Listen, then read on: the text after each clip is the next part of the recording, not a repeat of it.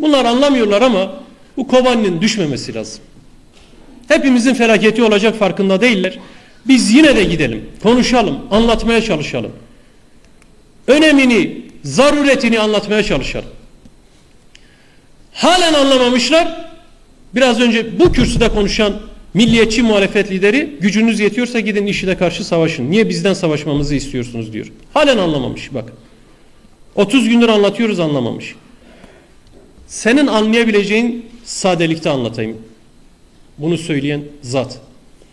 Türk ordusu orada gitsin, IŞİD'e karşı savaşsın demedik. IŞİD'e karşı savaşmak için on binlerce genç var, kapıyı açın. Onları orada tükürüğümüzde boğarız dedik. Buna izin vermediler, buna. Buna izin vermiyorlar.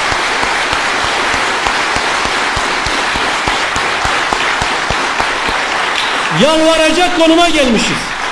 Düşünebiliyor musunuz? Tarihi bir çözüm, tarihi birlikten, 100 yıllık bir sorunun çözümünden söz ediyoruz.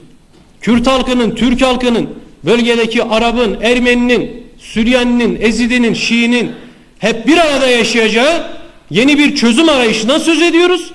Kobani'de kardeşlerimiz tecavüz, katliam tehdidi altında, bunlar bize ne yalvarıyorsunuz diyor. Bak ne konuma düştünüz, niye yalvarıyorsunuz? Size yalvaran alçak olsun, sizin gibi olsun. IŞİD'in karşısında bugüne kadar asla boyun eğmedi. Bizim bütün kaygımız, bütün korkumuz IŞİD'in Kobani'yi düşürmesi karşılığında ortaya çıkacak reaksiyondur. Biz halklarımızın göreceği zarardan korktuk. Biz halklarımızın karşı karşıya kalacağı felaketten korktuk. Biz IŞİD'den, bizim halkımız IŞİD'in barbarlığından korkmadı. Sizin bu zalimce politikalarınızdan utandık.